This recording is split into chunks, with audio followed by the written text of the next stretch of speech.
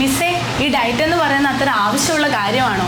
അല്ലെങ്കിലേ അവനൊന്നും കഴിക്കുന്നില്ല, അപ്പോൾ ഈ ഡയറ്റ് കൂടി നോക്കേണ്ട കാര്യമുണ്ടോ? ഇങ്ങനെയുള്ള ചോദ്യങ്ങൾ ഞാൻ നിരന്തരം കേട്ടുവരുന്ന ഒന്നാണ്. നിങ്ങൾക്കറിയണ്ടേ നമ്മുടെ കുട്ടികളിൽ ഡയറ്റിന്റെ ഇമ്പോർട്ടൻസ്? ഹലോ പേരൻസ്, കിഡ്സ് ഡേയിൽ നിന്ന് അനുവാണേ. ന്യൂറോ ഡെവലപ്മെന്റ് ഡിലേ ഉള്ള കുട്ടികളിൽ ഡയറ്റിന്റെ പ്രാധാന്യത്തെക്കുറിച്ച് ഡോക്ടർ റീന മാം ഇന്ന് നമ്മളോട് സംസാരിക്കുകയാണ്. പോകാം ഇന്നത്തെ വീഡിയോയിലേക്ക്. ഇന്ന് നമ്മോടൊപ്പം ഉള്ളത് പ്രമുഖ പീഡിയാട്രീഷ്യൻ ഡോക്ടർ റീന മാം ആണ്. നമസ്കാരം മാം. നമ്മുടെ സെന്ററിൽ വരുന്ന കുഞ്ഞുങ്ങൾക്ക് തെറപ്പിയോടൊപ്പം തന്നെ ഡയറ്റ് ഫോളോ ചെയ്യേണ്ടതിന്റെ ആവശ്യകതയെ പറ്റി മാമിന് എന്താണ് പറയാനുള്ളത്?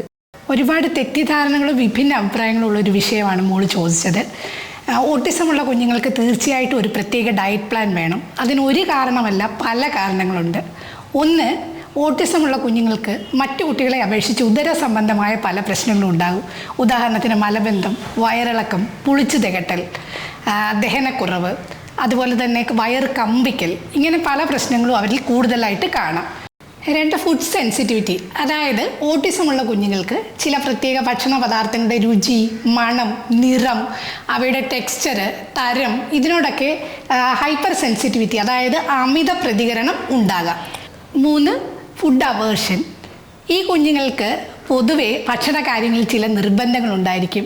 അതിനൊപ്പം അശാസ്ത്രീയമായ രീതിയിലുള്ള ഡയറ്ററി റെസ്ട്രിക്ഷൻസ് കൂടെ ആകുമ്പോൾ പല വിറ്റാമിനുകളുടെ കുറവുണ്ടാകാം, പല മൂലകങ്ങളുടെ കുറവുണ്ടാകാം. ഉദാഹരണത്തിന് vitamin D, vitamin B6, zinc, magnesium, calcium, iron, ഇതിൻ്റെയൊക്കെ കുറവ് ഡയറ്റിൽ അനുഭവപ്പെടാം. അടുത്തത്, ഭക്ഷണത്തിൽ കലരുന്ന ചില വസ്തുക്കൾ, ഉദാഹരണത്തിന് കൃത്രിമ നിറങ്ങൾ, ഭക്ഷണത്തിന് രുചി കൂട്ടാൻ ചേർക്കുന്ന ചില വസ്തുക്കൾ, അജിനോമോട്ടോ പോലെയുള്ളത്, അതുപോലെ ഭക്ഷണം കേടാകാതിരിക്കാൻ ചേർക്കുന്ന ചില വസ്തുക്കൾ, സോഡിയം ബെൻസോയിറ്റ് പോലെയുള്ളത്, അതുപോലെ അമിത മധുരം പലപ്പോഴും ഷുഗർ സ്പൈക്സ് ഉണ്ടാക്കാം. ഇതെല്ലാം കുഞ്ഞുങ്ങളിലെ ഹൈപ്പർ ആക്ടിവിറ്റി, പിരിപിരിപ്പ്, ശ്രദ്ധക്കുറവ്, അതുപോലെ മൂഡ് ചേഞ്ചസ്, അവർക്ക് അസ്വസ്ഥതകൾ, ഉറക്കക്കുറവ്, ഇതൊക്കെ ഉണ്ടാക്കാവുന്നതാണ്.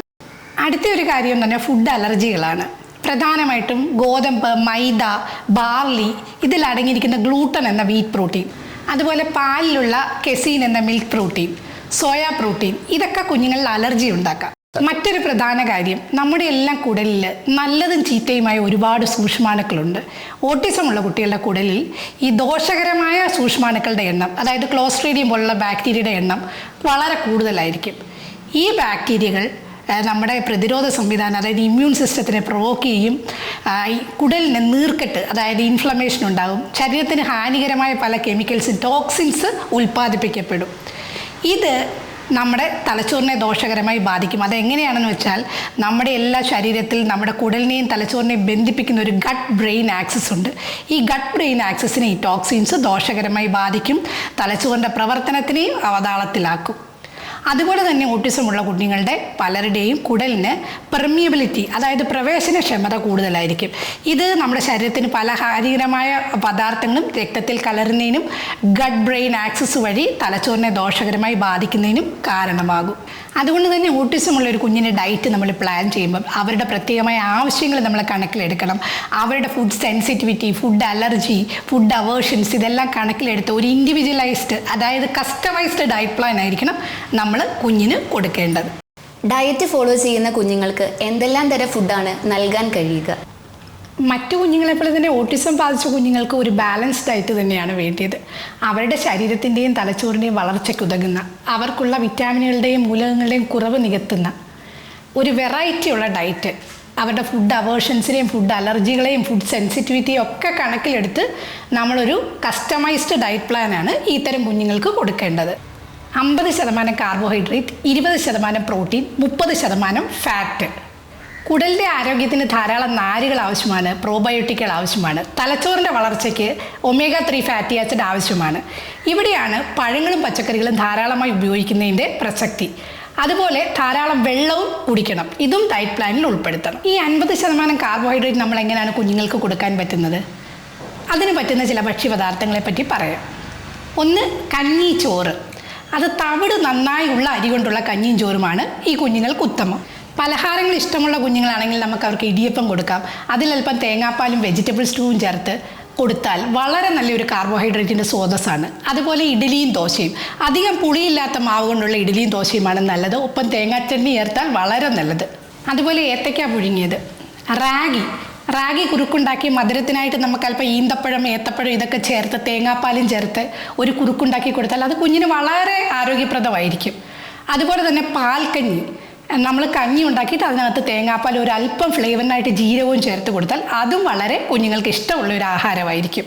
അതുപോലെ അവല്, ഓട്സ് കൊണ്ടുള്ള, അതായത് ഗ്ലൂട്ടൻ ഫ്രീ ഓട്സ് കൊണ്ടുള്ള ഉപ്പുമാവ്, ഇഡലി, അതുപോലെ മില്ലറ്റ് കൊണ്ടുള്ള ഉപ്പുമാവ്, ഇതൊക്കെ കുഞ്ഞുങ്ങൾക്ക് നല്ലതാണ്. ക്വിനോവ, അതുപോലെ കപ്പ, മധുരക്കിഴങ്ങ് മുഴുകി തേങ്ങായും ചിരവി ചേർത്ത് കൊടുത്താൽ അതും വളരെ നല്ലതായിരിക്കും. ഇതെല്ലാം നല്ല കാർബോഹൈഡ്രേറ്റിൻ്റെ സ്രോതസ്സുകളാണ്.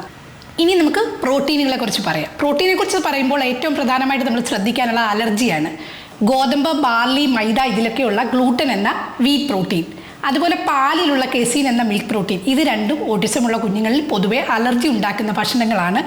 ഈ അലർജി നമ്മുടെ കുടലിലെ നീർക്കെട്ടിനും പല ഹാനികരമായ ടോക്സിൻസ് ഉൽപ്പാദിപ്പിക്കപ്പെടുന്നതിനും അതുമൂലം തലച്ചോറിന് പല പ്രശ്നങ്ങൾ ഉണ്ടാകുന്നതിനും ഇടയാവും.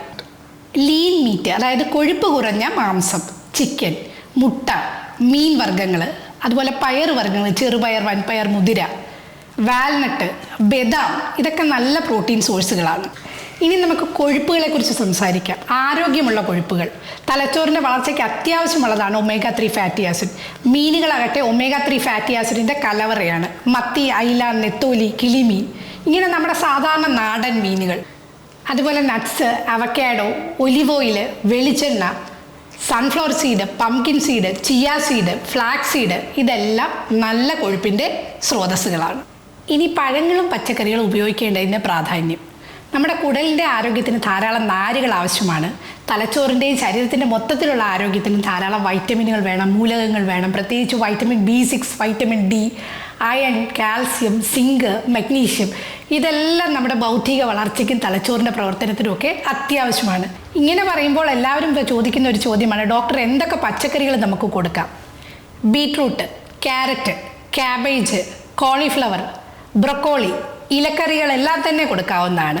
അതുപോലെ ബീൻസ്, തക്കാളി, മത്തങ്ങ, പടവലം, ചുരയ്ക്ക, വെള്ളരി, ഇതെല്ലാം നല്ലതാണ്. ക്യാപ്സിക്കം, ഇതെല്ലാം നമുക്ക് കൊടുക്കാവുന്നതാണ്. നമ്മൾ സാധാരണ അടുക്കളയിൽ വെക്കുന്ന സാമ്പാർ, അവിയൽ, മത്തങ്ങ എരിശ്ശേരി, മത്തങ്ങയ്ക്കകത്ത് വൻപയറോ ചെറുപയറോ ചേർത്തുള്ള മത്തങ്ങ എരിശ്ശേരി, ഇത് കുഞ്ഞുങ്ങൾക്ക് വളരെ നല്ലൊരു ആഹാരമാണ്. ഇനി ഏതൊക്കെ പഴങ്ങൾ കഴിക്കാമെന്ന് നോക്കാം. പഴങ്ങളെ നമ്മൾ 3ആയിട്ട് തരംതിരിച്ചാണ് പറയുന്നത്.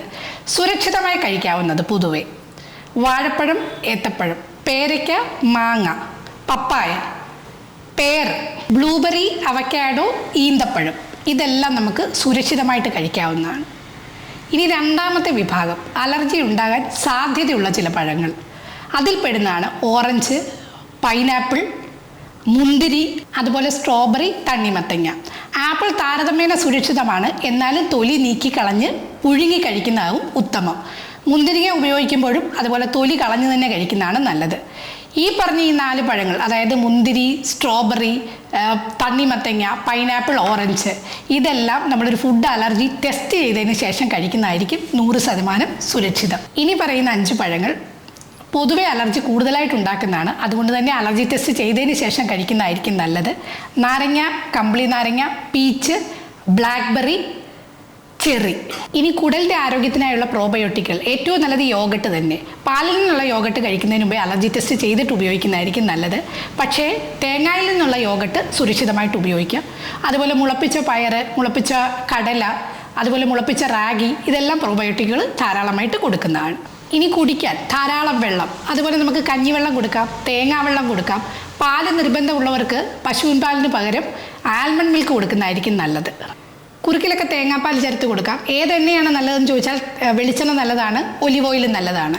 ഇപ്പോൾ മാം കുഞ്ഞുങ്ങൾക്ക് എന്തെല്ലാം കൊടുക്കാൻ കഴിയുമെന്ന് പറഞ്ഞു. ഇനി എന്തെല്ലാം കൊടുക്കാൻ പാടില്ല എന്ന് കൂടി ഒന്ന് പറയാമോ? ഇനി ഓട്ടിസമുള്ള കുഞ്ഞുങ്ങൾക്ക് കൊടുക്കാൻ പാടില്ലാത്ത ആഹാരങ്ങൾ മുമ്പ് പറഞ്ഞതുപോലെ തന്നെ gluten free, casein free diet. Gluten free എന്ന് പറഞ്ഞാൽ അതിൽ ഒഴിവാക്കേണ്ടത് ഗോതമ്പ്, ബാർലി, റവ, മൈദ. കെസീൻ ഫ്രീ എന്ന് പറയുമ്പോൾ അതിൽ ഒഴിവാക്കേണ്ടത് പാലും പാലുൽപ്പന്നങ്ങളും, ചീസ്, ഐസ്ക്രീം, നെയ്യ്, വെണ്ണ, ഇതെല്ലാം നമ്മൾ ഒഴിവാക്കുന്നതായിരിക്കും നല്ലത്. ഇനി ആഹാരത്തിൽ ചേർക്കുന്ന ചില കൃത്രിമ പദാർത്ഥങ്ങൾ, കൃത്രിമ നിറങ്ങൾ, രുചി കൂടാൻ ചേർക്കുന്ന അജിനോമോട്ടോ പോലെയുള്ളവ, അതുപോലെ ഭക്ഷണം കേടാവാതിരിക്കാൻ ചേർക്കുന്ന സോഡിയം ബെൻസോയേറ്റ് പോലുള്ള ഫുഡ് അഡിറ്റീവ്സ്, ഇതെല്ലാം കുഞ്ഞുങ്ങളിൽ ഹൈപ്പർ ആക്ടിവിറ്റി, ശ്രദ്ധക്കുറവ്, ഉറക്കക്കുറവ്, പിരിവിരിപ്പ് ഇങ്ങനെയുള്ള പ്രശ്നങ്ങളൊക്കെ കൂട്ടുന്നതായിട്ട് കാണുന്നുണ്ട്. അതുകൊണ്ട് അത് ഒഴിവാക്കുന്നതായിരിക്കും നല്ലത്. ഇനി അമിത മധുരമുള്ള പലഹാരങ്ങൾ. ഈ അമിത മധുരം ഷുഗർ സ്പൈക്സ് ഉണ്ടാക്കും. അത് നമ്മുടെ തലച്ചോറിനെ ദോഷകരമായി ബാധിക്കും. കുഞ്ഞുങ്ങൾക്ക് ഉറക്കക്കുറവ്, മൂഡ് ചേഞ്ചസ്, പലതരത്തിലുള്ള ബിഹേവിയറൽ ഇഷ്യൂസ് ഇതൊക്കെ ഉണ്ടാക്കുന്നതായിട്ട് കണ്ടുവരുന്നുണ്ട്. അതുകൊണ്ട് മധുര പലഹാരങ്ങളോട് നോ പറഞ്ഞേക്കുക. പൂർണ്ണമായും നോ പറയേണ്ട ചില ഭക്ഷ്യപദാർത്ഥങ്ങൾ: laddu, jalebi, jam, squash, noodles, Kurkure, Lays, ice cream, cola, Horlicks, Bournvita, cream biscuit, ക്രീമുള്ള കേക്ക്, ചോക്ലേറ്റുകൾ, ഫ്രൂട്ടി. ഇനിയും കൊടുക്കാൻ പറ്റാത്ത മറ്റ് ചില ആഹാരങ്ങൾ: കോൺ, അതായത് ചോളം ചേർന്നുള്ള ആഹാരങ്ങൾ, അതുപോലെ processed meat, bacon, hot dog ഇങ്ങനെയുള്ളതൊന്നും ഇത്തരം കുഞ്ഞുങ്ങൾക്ക് നല്ല ആഹാരമേ അല്ല. അതുപോലെ അലർജിയുള്ള ആഹാരങ്ങൾ തീർത്തും ഒഴിവാക്കുക, അല്ലെങ്കിൽ കുടലിന് നീർക്കെട്ടുണ്ടാവും, ഇൻഫ്ലമേഷൻ ഉണ്ടാവും. ഉപ്പ് അത്യാവശ്യത്തിന് മാത്രം ഉപയോഗിക്കുക. ഒരുപാട് ഉപ്പ് ഉപയോഗിച്ച് ആഹാരം പാകം ചെയ്യരുത്.